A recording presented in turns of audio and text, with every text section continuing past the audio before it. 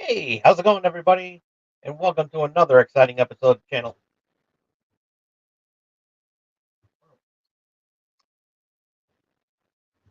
Hey, how's it going, everybody? Hey, how's it going, everybody? And welcome to another exciting episode of Channel X, the only show on Tuesday, on Thursday. Oh, Jesus. You know what? We're live. We're live, and I'm already doing some botches already. And I was like, what the hell? Let's start over. Three, two, one. Hey, how's it going, everybody? And welcome to another exciting episode of Channel X, the only show on Thursdays that starts the weekend early. I'm your host, Tom Dog 247, and as always, I'm Tom Dog all day and Tom Dog all night. Woo, baby, all right. So, there you go. All right. And,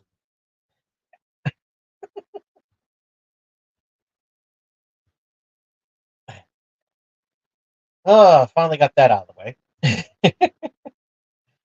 Oh, my God. Man, it took me three takes to do that, and it took me three chances to do that.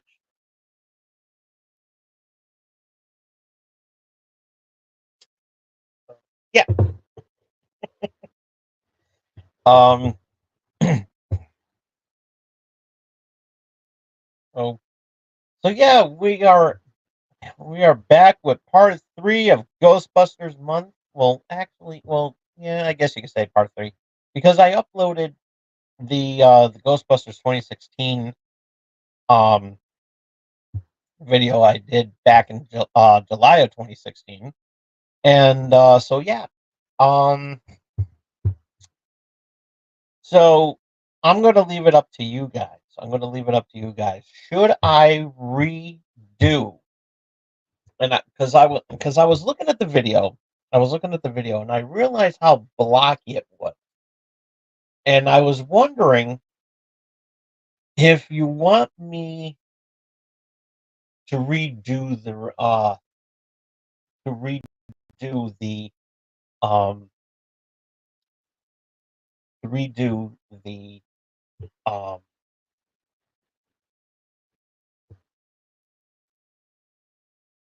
to redo the review because I know I said I wasn't going I know I said I wasn't going to do that, but after looking at that video, I'm thinking to myself, maybe I should um, redo that review um, because it's a review I should probably because I noticed how choppy it was. It looked like it felt like I was stop motion, and with the technology that I had at the time, it just seemed really off. So I'm going to leave it up to you, and then I'll make my decision for next week's show. 'Cause I know next week we got Frozen Empire. So, like I said, I'm gonna keep it. I'm gonna leave it up to you if you want me to redo that review. If you don't want me to do that review, um, the review of Ghostbusters 2016, then what I am going to do is I'm going to go back to what I originally was going to do, and that's review the top five Ghostbusters, um, the real Ghostbusters episode. My top five favorite Ghostbusters, um, the real Ghostbusters episode. So yeah, that's going to be so it's one of those things. And so yeah, I got my Ghostbusters mug,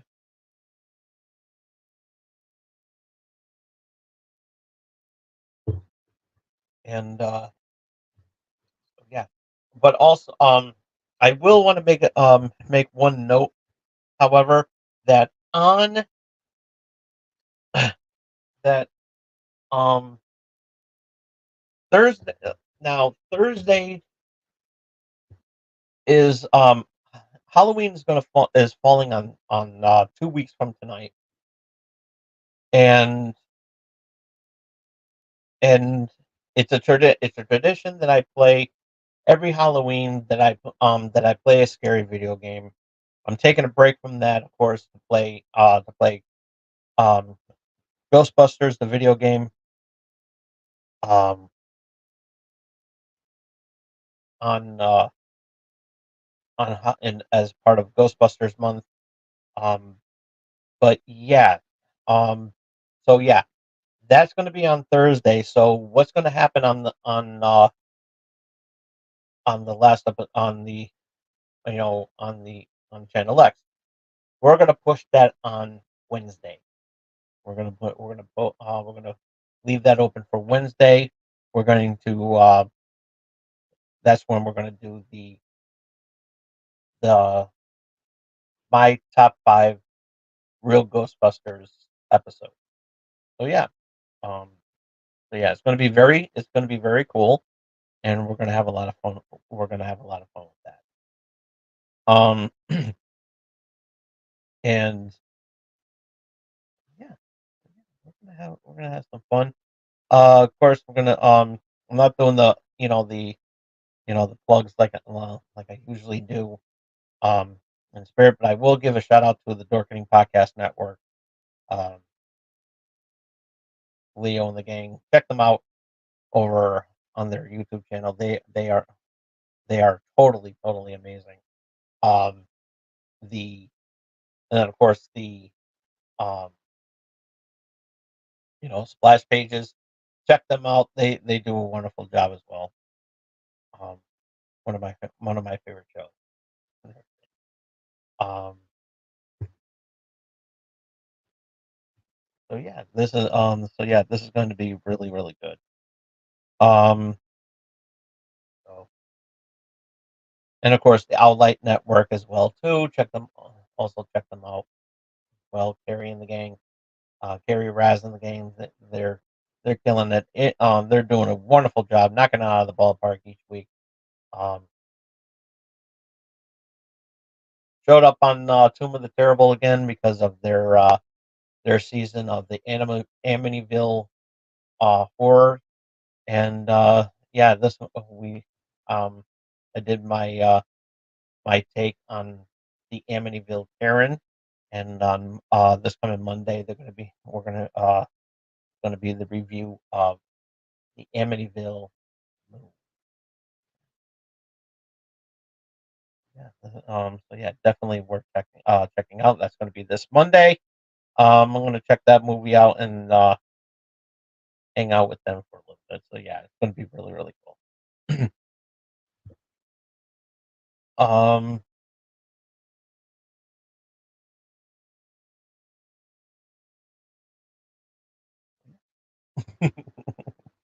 so once again, I'm using Wikipedia to get all the notes that I met, that I couldn't get on my own. So you can call them cheat sheets. I don't care. So Ghostbusters Afterlife is the movie that I'm reviewing this week. It's movie came out in 2021. That was directed by Jason Reitman, who is the son of late late director Ivan Reitman, who um who helped create the Ghostbusters. And fun fact: Jason Reitman was in Ghostbusters too. I mentioned that last week. Oh yeah, one final note. Thank you for a wonderful episode um last week on Ghostbusters, on my review of Ghostbusters 2.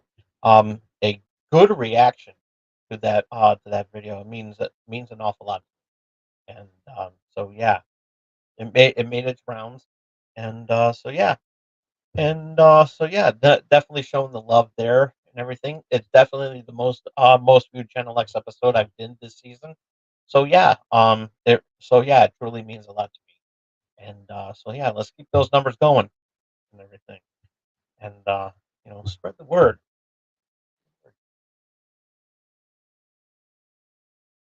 But yeah, um, Jason Reitman, as I said, he had a little cameo in Ghostbusters 2. Um, he played the kid that said that the Ghostbusters were full of crap, and that's why they went out of business. That's him. That's him there.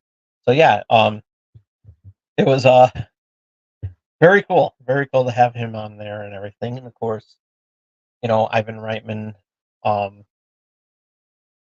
doing some voice work as well too. Um, so yeah, it was directed by Jason Reitman from a screenplay he co-wrote with uh with Gil Keenan.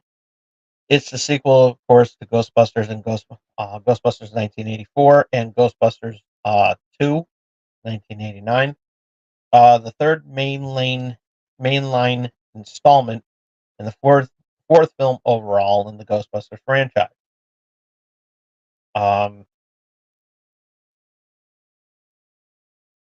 um, Ghostbusters Afterlife stars Carrie Coon, Finn Wolfhard, McKenna Grace, and Paul Rudd, and reprising their characters in the movie is Bill Murray, Dan Aykroyd, Ernie Hudson, Annie Potts, and Sigourney Weaver.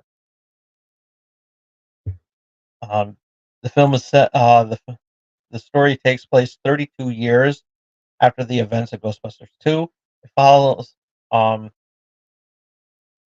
the single mother and her children who move into an Oklahoma farm they inherited um,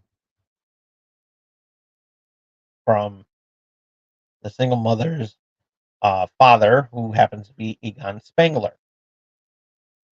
And so yeah, it's a very interesting. It's kind of it. I don't know how Egon would take the time to have to settle down and have a family, because that it was never mentioned on who the mother was, which we'll talk about um later about what I like and don't like.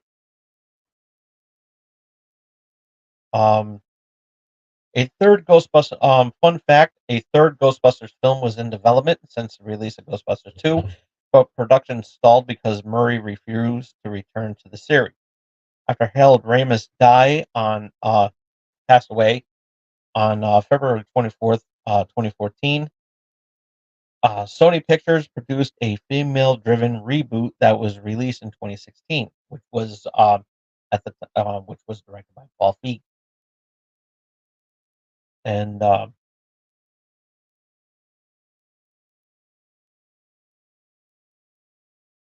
and in January of 2019, it was announced that Jason Reitman would direct a sequel to the original films, with the new cast being announced by July, while the original cast signed on 2 months later.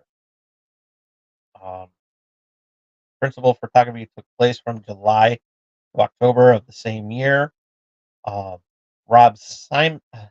Simonson, a frequent collaborator of Jason, was hired to compose the film's score. This was the final film to be produced by and involved the franchise co-creator and Jason's father, Ivan Reitman, before his death in of February of 2022. Ghostbusters Afterlife was screened and unannounced during CinemaCon in Las Vegas on August 23rd of 2021, and was released in the United States on November 19th by Sony Pictures under its Columbia Pictures label.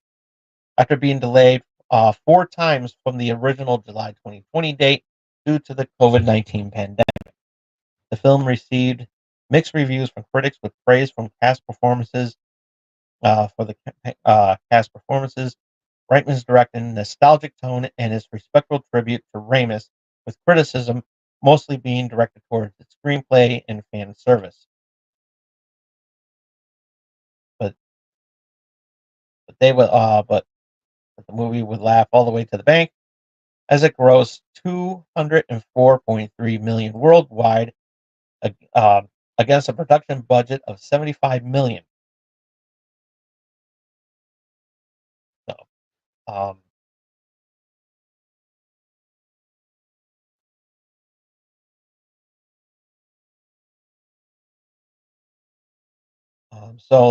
it starts off with Egon's Spangler capturing an entity in the occultist Evo Shandor's mind outside the town, and lures another to his farm.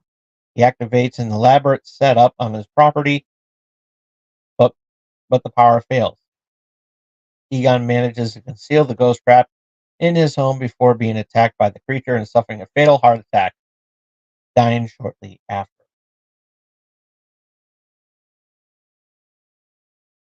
Egon's strange, financially struggling daughter, Kaylee, inherits the farm and moves there with her children, Trevor and Phoebe, after being evicted from their Chicago apartment. Trevor becomes infatuated with a uh,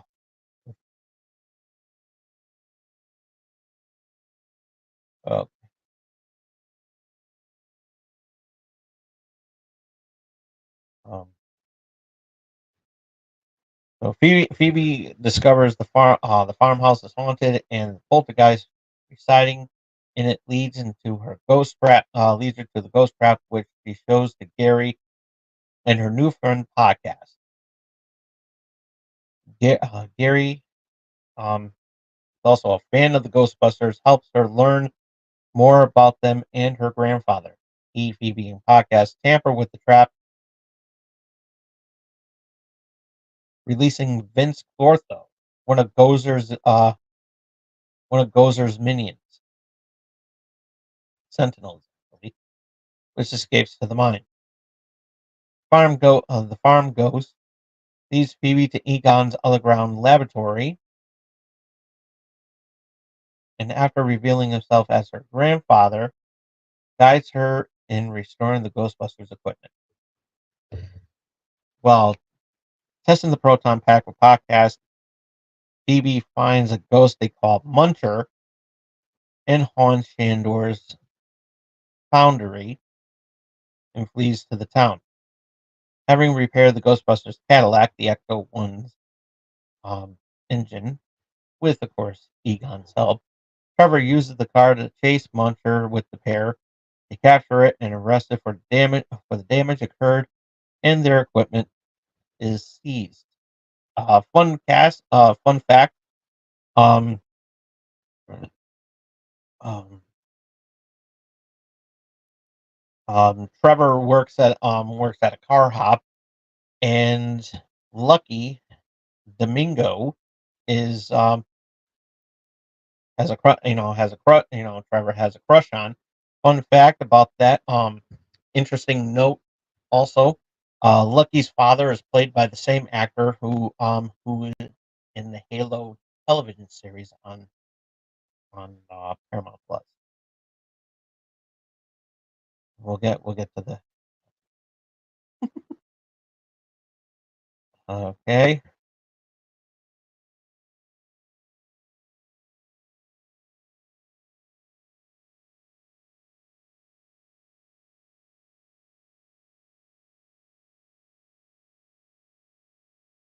And after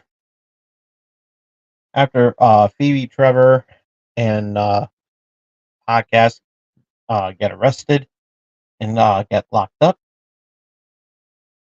Phoebe Phoebe gets a phone call. Phoebe contacts Ray Stans for help, informs him of Egon's death. In turn, Ray tells her what became of the Ghostbusters after they defeated Vigo the Carpathian.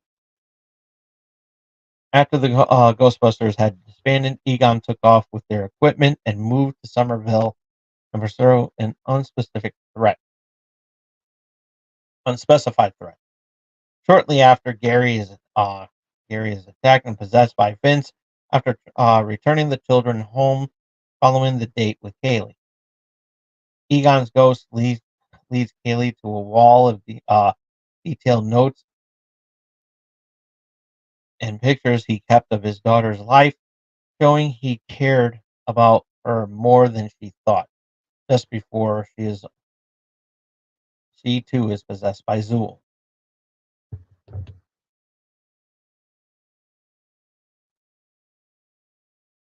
Phoebe podcast and Lucky uh, Phoebe podcast looking Trevor find a Gordzarian temple within the mine.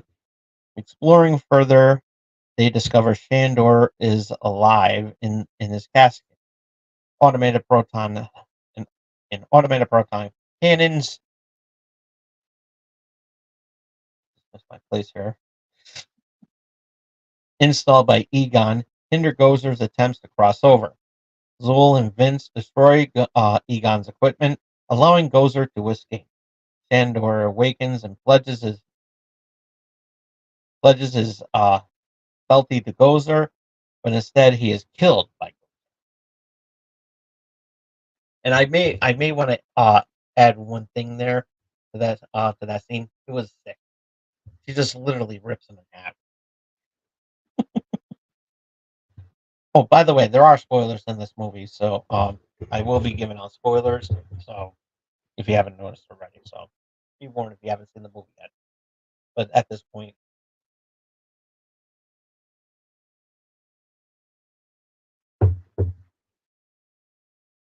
um, and the children discover Egon's setup and his array of is an array. Egon's setup is an array of ghost traps buried around the dirt field, and with supernatural chaos distracting the town, recover the seized ghostbusting equipment and head to the mine. And in Ecto One, Phoebe distracts Gozer so podcast can recapture Zool, freeing Kaylee and awakening Gozer's physical form. They lure Gozer and Vince to the trapped field, but it malfunctions and Gozer frees Zool, who possesses Lucky and fully restores Gozer's power.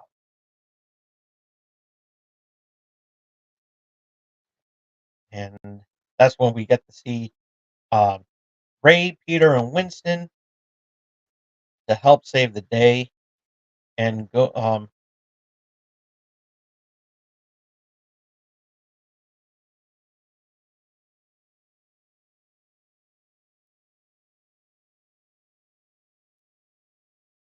And so yeah, he goes.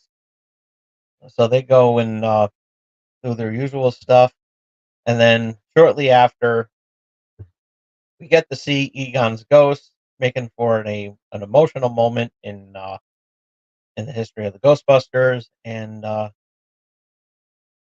Egon helps Phoebe restrain Gozer by crossing their proton streams, while Trevor charge uses uses his to charge the trap power source, allowing Kaylee to activate the ghost traps and capture the deity and its minions. Lucky and Gary are freed from the possessions, and Egon reconciles with his family and friends before passing on into the afterlife. And there's a couple of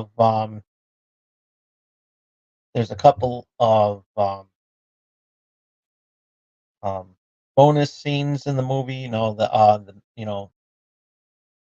Make credit scenes, um, and of course the post credit scene. Uh, we first see the Ghostbusters return to New York, and Peter is revealed to be married to Dana Barrett and live in Cortland. Winston becomes um, a wealthy entrepreneur and family man since leaving the Ghostbusters. Um, returns the Ecto One to the Ghostbusters firehouse. In the basement, the light on the Ecto containment unit is flashing red. That which sets up the scene for the next Ghostbusters movie, which we will get to next week. Um, and as I said, well, the one that playing um, the sheriff of Somerville is Bokeem Woodbine. He, of course, is who plays in a who plays in Halo the series.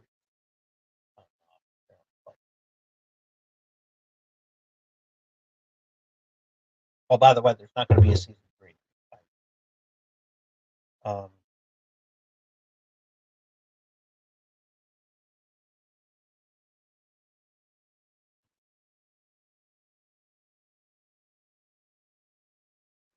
um,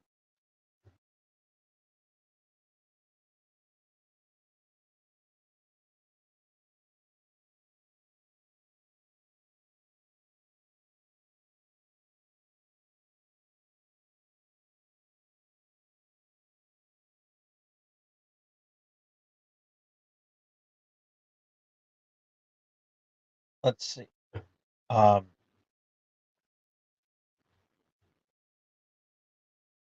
so along with the cast that I already mentioned, um, Dan Aykroyd's youngest daughter Stella, um, you know, she plays Deputy Medjuk, a nod to Joe Medjuk, who was an associate producer on Ghostbusters 1984 and the executive producer on the subsequent movie. The co-founder of the production company Ghost Corps, uh, Harold Ramis does show up as Egon Spangler in archive clips and photos taken from Ghostbusters '84. Um, Bob Gunton um, and Ivan Reitman also portray living and ghostly versions of Egon, and respectively using prosthetics and digital makeup. J.K. Simmons plays Ivo Shandor, the leader of a Gozer. J.K. Simmons plays Shandor, the leader of a Gozer worshipping cult responsible for the Sumerian god Gozer's arrival in Ghostbusters. Simmons took the role as a token of friendship with the Reitmans, with whom he frequently collaborates in films like Jason's 2007 film Juno and the 2017 film Father Figure, who co-produced by Ivan. Um,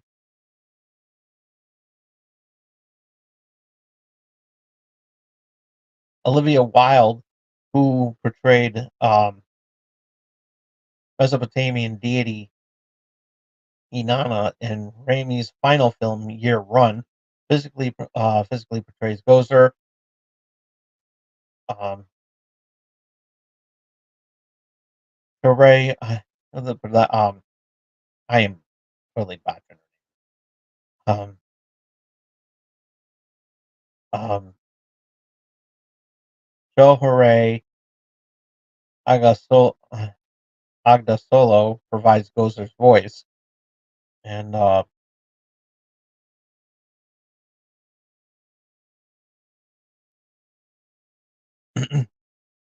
and and Emma Portner plays Gozer's CGI spirit form. Um, Fun fact: 1984. In the 1984 Ghostbusters, Savitsa Jovan and Patty Edwards played Slavi- Sla- Savitsa Jovan played played the um, played Gozer, and Patty Edwards provided the voice of Gozer in the 1984 film. Um,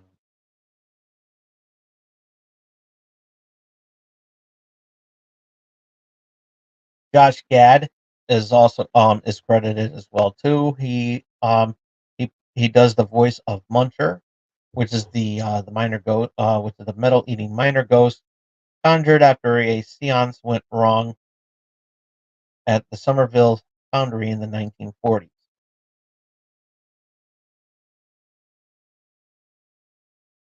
Um, Ira Hayden, Sarah Natochenny, and Shelby Young all voiced the mini puffs, the tiny versions of the Stay Puft Marshmallow,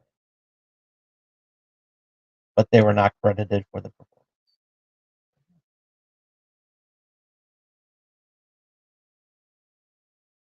Um,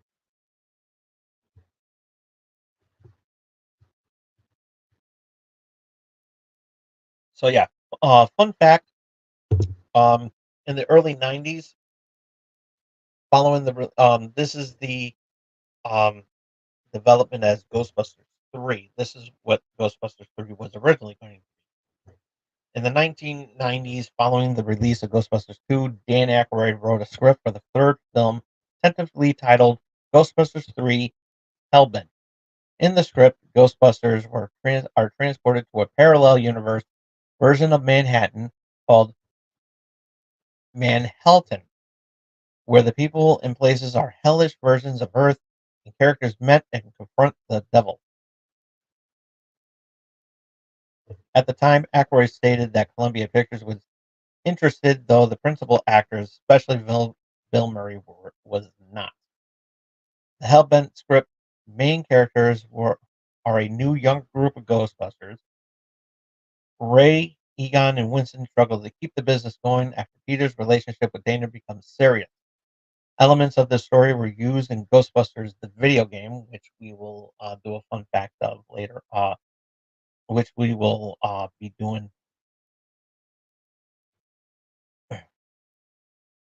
We were, so yeah, we're gonna, which is going to be, um, so we'll dive into that on uh, on the 30th of this which Aykroyd considered to be essentially the third movie. Um, at various stages of its development, Chris Farley, Chris Rock, and Ben Stiller were reported as potential stars of a new Ghostbusters film. By 2004, Columbia had begun pursuing a sequel, but Murray, who disliked sequels, was uninterested in the project the following year. Harold Ramis confirmed plans to introduce Stiller into the principal cast. By 2009, the project had failed to progress. By January 2010, Ivan Reitman, director of the first two Ghostbusters films, confirmed he would direct the third one. In March, Murray discussed development of the film and his mixed feelings about reprising his role. A release was scheduled for Christmas of 2012. That October, Aykroyd commented on the screenplay written by Gene Stupnitsky and Lee Eisenberg, stating that he was particularly impressed with the writing of Murray's character and the implementation of the new team with the original, while he and Ramis worked on a second draft of the script. By August 2011, Aykroyd stated the film was scheduled to begin later that year with a story focused on the passing of the Ghostbusters mantle on passing the Ghostbusters mantle to the younger actor. When Murray decided against reprising the role, Aykroyd said another actor might replace him. Aykroyd also said he wanted to retire. He wanted to retire um, Rick Moranis wanted Rick Moranis to return as Louis Tully. By February 2012, the film was placed on hold as production team and reevaluated the project. Without without Murray, the studio shirt. I can't talk. I don't know why I can't talk. Let me slow down. By February 2012, the film was placed on hold as the production team reevaluated the project. Without Murray, the studio search for replacement actors and considered including his character as CGI re a CGI rendered ghost.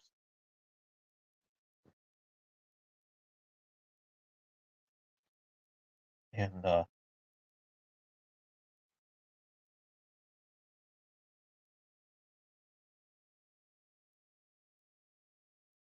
um,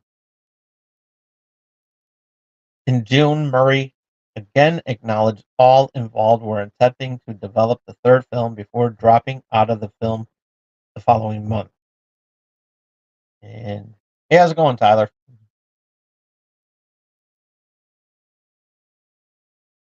In July, Aykroyd confirmed the film was back in development with a script rewrite from Etan Cohen.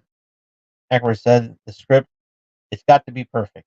That's the whole thing. There's no point of doing it unless it's perfect. So that's what we're up to now. By September, Reitman announced the development of a remake. May 2013, Aykroyd discussed the plot points, including real experiments being done by college students at Columbia University, as a source of inspiration. The plot would revolve around the research being done by the university, which would bring out the threats from other dimensions. A new team of Ghostbusters would save Earth's plane of existence from supernatural threats. The script reportedly included Murray's character with hopes Murray would decide to join in the production.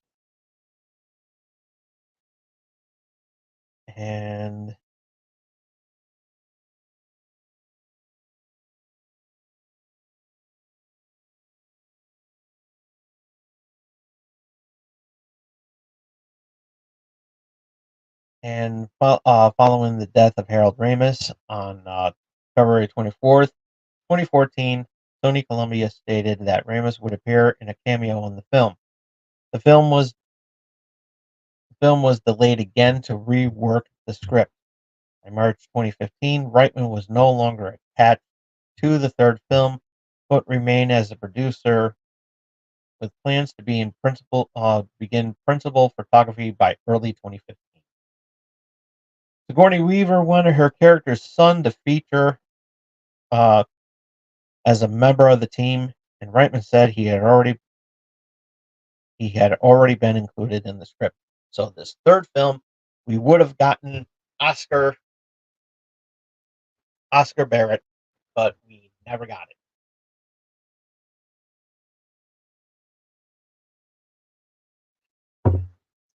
And yeah, I'm a little disappointed in that. I'm a little disappointed in that, anyways, because of the fact that like even in the cameo in this with Sigourney Weaver, there was no mention of there. Of course, there was no mention of Oscar um in that little clip there at the end. And so yeah, that was the downside of the point there, or the downside of the film. But yeah, what did I like about the movie? Well, first of all, it's a nice you know a nice love letter to Harold Ramis, who who you know in my opinion was the heart of the Ghostbusters, and definitely a beloved, uh the most beloved of the Ghostbusters as well. And so yeah, it was a nice little call to him and everything. And yeah, it was very emotional to see that.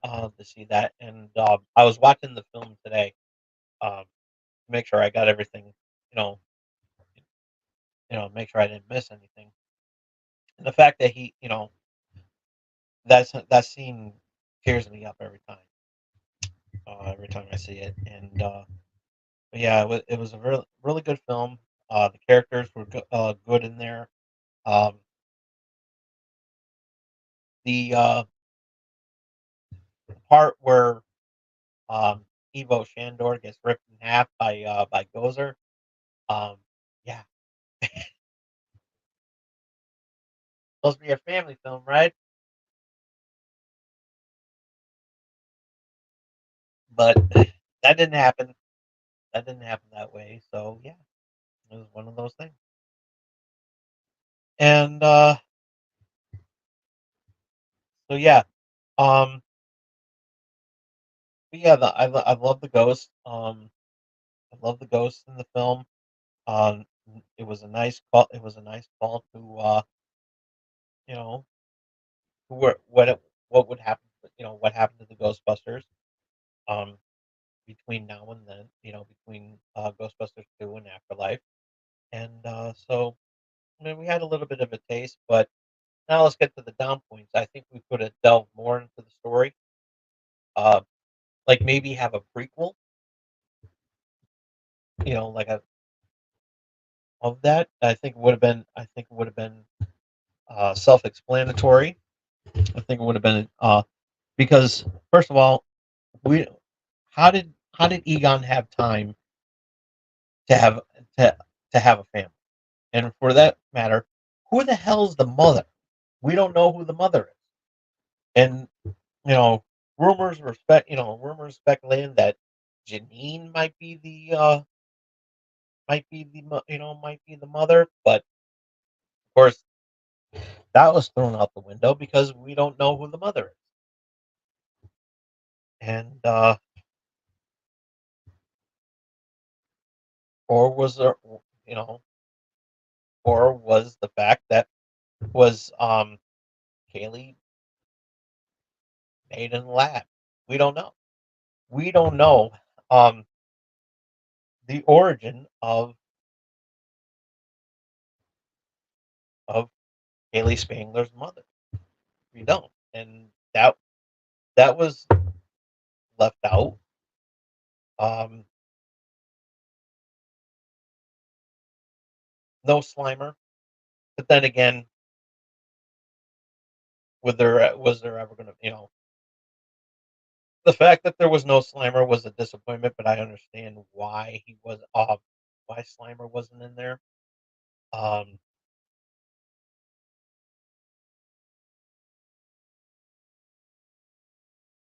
I mean, because of the fact that Slimer is mainly in New York, but I mean, it would have been nice to have like maybe like a little hint, since they're at the end credit scene, um, when they're back, when the firehouse is back, it would have been nice to see, maybe have Slammer come out of the containment unit, maybe. Oh, just saying, it would have worked, but but then there's some other stuff going on and everything, and so yeah. What else? What else did I not like about the film? Uh, so yeah, those were the stuff that bothered me. Um, like you know, where was Kaylee? Where's Kaylee's mother? You know, should have been at least like a um something going on. You know, but it was never it was never introduced. And, and the fact that Oscar was not there either during the scene with Peter and Dana. I think it would have been nice to at least hint on. It would have been nice. It's like, oh, um, Lewis would have been good. Rick Moranis would have been a nice would have been a nice fit at the end, like maybe working with Winston and everything like that. So I mean, it's something that they could have hinted at that that Lewis and Winston, um, he worked alongside Lewis, and that Winston worked alongside Lewis, and thanks to Lewis's financial advice and everything like that, because technically he was the account, handling the books with the Ghostbusters and everything like that. I think it would have been a nice bit of you know how Winston became an entrepreneur, that he was following financial advice through Lewis. Would have been nice. Just saying. Just saying. Or like if they didn't want to put Lewis in the movie, that's fine. At least mention it would have been even better. And so yeah, so yeah, it basically um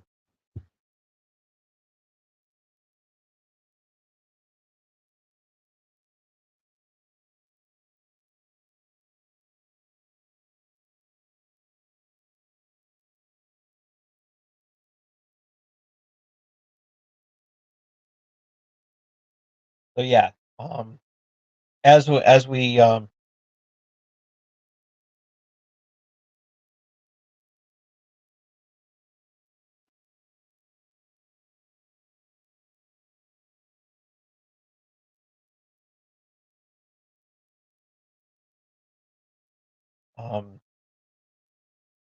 so yeah,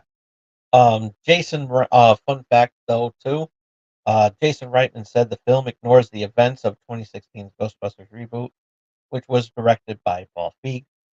Reitman said he did not mean to snub the 2016 film, and that he had nothing but admiration for Feig. Feig said Reitman had been a supporter of his film, and that he can't wait to see his take on the Ghostbusters universe. Reitman later said the idea of a teenage girl wanting to be a Ghostbuster had come to him, and with a positive reaction from Feig's film, proved the idea that anyone could be a Ghostbuster would work. Reitman also said that the Ghostbusters franchise could readily expand on this idea with all types of people becoming Ghostbusters, personally thanking Feig for making this possible. Reitman considered, unlike the three prior Ghostbusters films, all in which involved people going into the ghostbusting business, he wanted to make this film about family first. Keenan Reitman created a script based around the Spengler family and the reason they are so disconnected. According to Dan Aykroyd, Jason Reitman wrote a beautiful, heartfelt script that takes the real DNA from the first two movies and transfers that directly to the third, the next generation. It hands the legacy off to a new generation of stars, players, actors, and characters. Murray, who was also confirmed to be reprising Peter Venkman, was positive about the script. Raimi's daughter Violet, who Reitman, uh, Ramos's daughter Violet, who Reitman befriended during the first film, gave her blessing after reading an early version of the screenplay, saying the story captured the spirit of what the old movies are. She occasionally visited the sets and was at the instance of Reitman and prop master Guillaume Deluce. Hope I'm pronouncing. Photographed wearing her late father's proton pack prop from the first film, while prop makers from the hand prop room in Los Angeles were building lighter replicas lighter replicas of it for mechanic race to wear. With a script centered around family, Reitman felt it was appropriate to changed the backdrop from New York City to the American West to give the film a new identity and a different color palette. The script was structured to slowly reveal the connection to the Egon Spengler character, for which would bring elements of earlier Ghostbusters films. For example, the film sees Aykroyd's character return to running. Uh, see Aykroyd's character returning to Ray's occult books, seen in Ghostbusters 2, but only the events of the original film are directly referenced. So, yeah, that's some pretty cool stuff.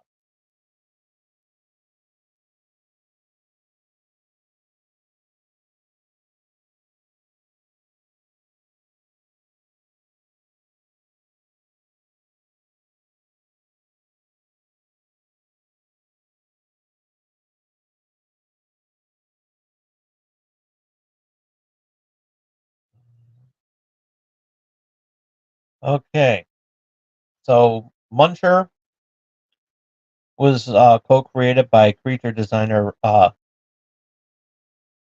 Brian Metheny, is similar to Slimer. Brightman explains something happened to Slimer over the years that people started thinking him as the Dalmatian of the firehouse.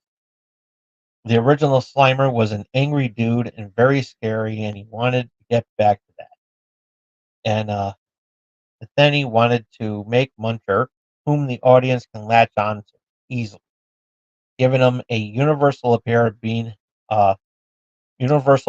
of him being funny and cool and cute and weird in every way, like Slimer, yet completely new and different from his green predecessor.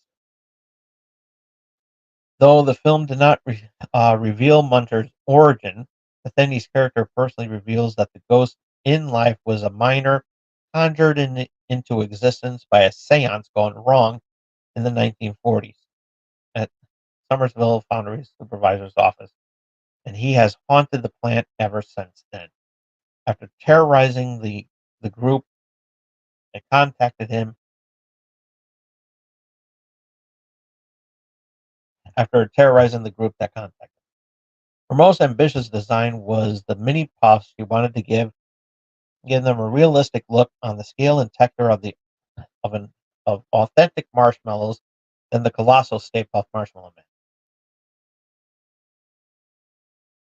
Even brought packages of them to make tiny marshmallow men for visual reference and inspiration. For the scenes of the Somerville cross rip, Metheny created the flaming phantasms that chase a fire truck and pedestrians outside the spinner's roller hop, included the animated series. And the and included in the animated series The Real Ghostbusters, popular three-eyed ghost Bug Eye in homage to the show. That's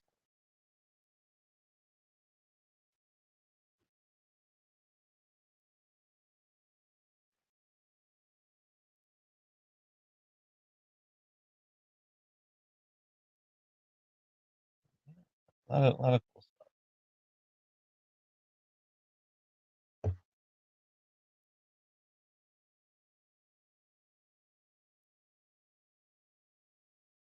Yeah, a lot of fun stuff. A lot of fun stuff. So yeah. So how do I rate this? So what am I going to give this film? I am going to give this a um 4 to 5 stars. This was a good like I said, this was a good film. Um I I enjoyed this film and I will pop it on every now and then. And yeah, this was a nice love letter, as I said, to the Ghostbusters of old, to the um to the fans of the original Ghostbusters, who grew up with the film like me. And it was also a nice love letter to Harold Ramis, um, and it was a nice dedication to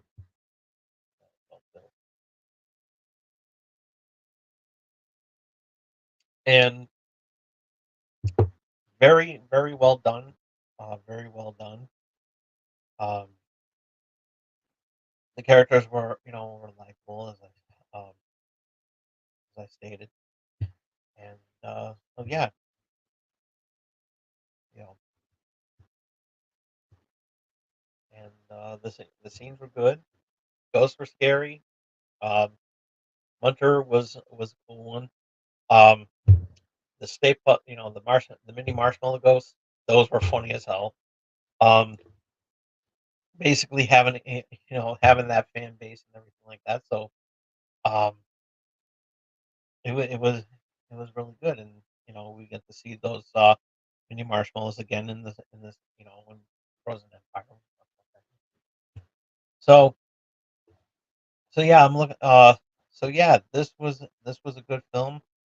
Um, Even after the delays, the movie had with the because this was supposed to be out in 2020, but because of the pandemic, um, that didn't happen. And so yeah,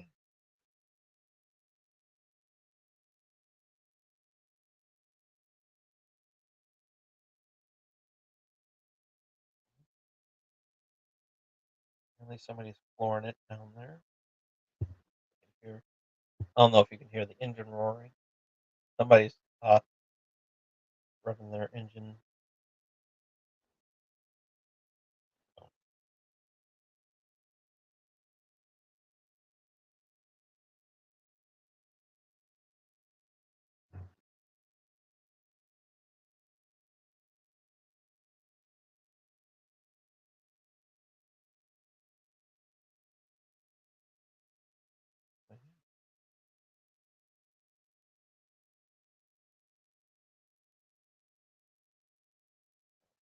All right.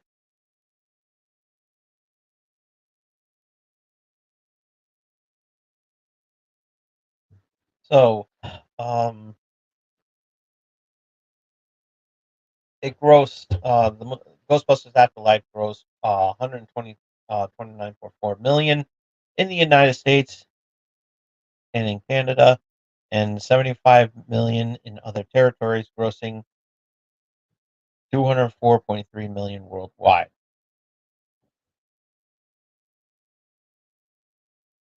And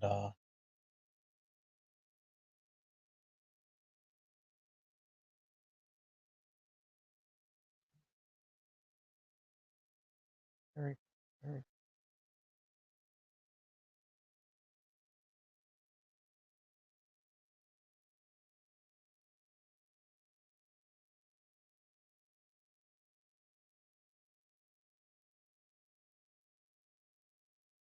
and it did receive 64% on Rotten Tomatoes.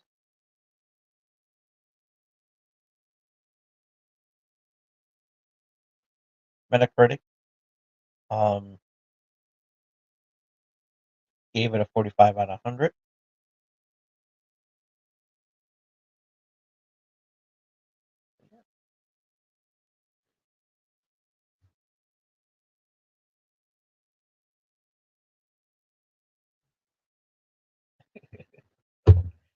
Um, so that being said,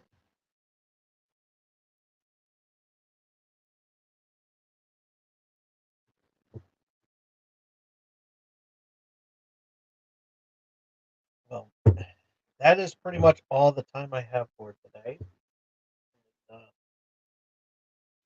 so yeah, any questions or comments? By all means, let's leave that up to you about what everybody thought of Ghostbusters Afterlife, and yeah, if not, we'll might as well just shut it down from here. But yeah, um, yeah, I'm gonna call it a night. Thank you all so much for tuning in. Had a great time as always, and hanging out as always. And be sure to follow me on Twitter at TomDog247. If you missed any of tonight's episode, you can check it out as soon as I turn off the camera. Give this video a thumbs up if you like it. Comment down below what you thought about the Ghostbusters Afterlife if you've seen it. What was your favorite moments of the film? What was your least favorite moments of the film? Let us know in the comment section down below. Ringy dingy that bell to stay notified of what I'm going to be doing next. Um, Support small streamers like myself by doing the most important thing that you can do for us small streamers like myself, and we'll love you forever. We'll love you forever. We really will. We'll love you more than the cuteness of the mini marshmallow men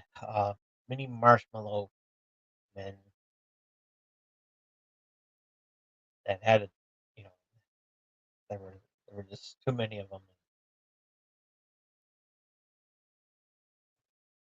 Praising, making fun of everything. It was funny, and so yeah, it was. We'll love you more than those cute little mini marshmallows. You know why? Because I know that you will do this one little thing, and that is face hug that subscribe button. We will see you here next week. Same Tom Dog time, same Tom Dog channel X. And this Saturday, we got a nice, wonderful episode of Wrestling Prime. So, you wrestling fans out there, tune into that because we got a good top. Well, we got a really good topic to talk about, and as well as some AEW and WCW and WWE news. So yeah, and of course the my review of episode 4 of Mr. McMahon.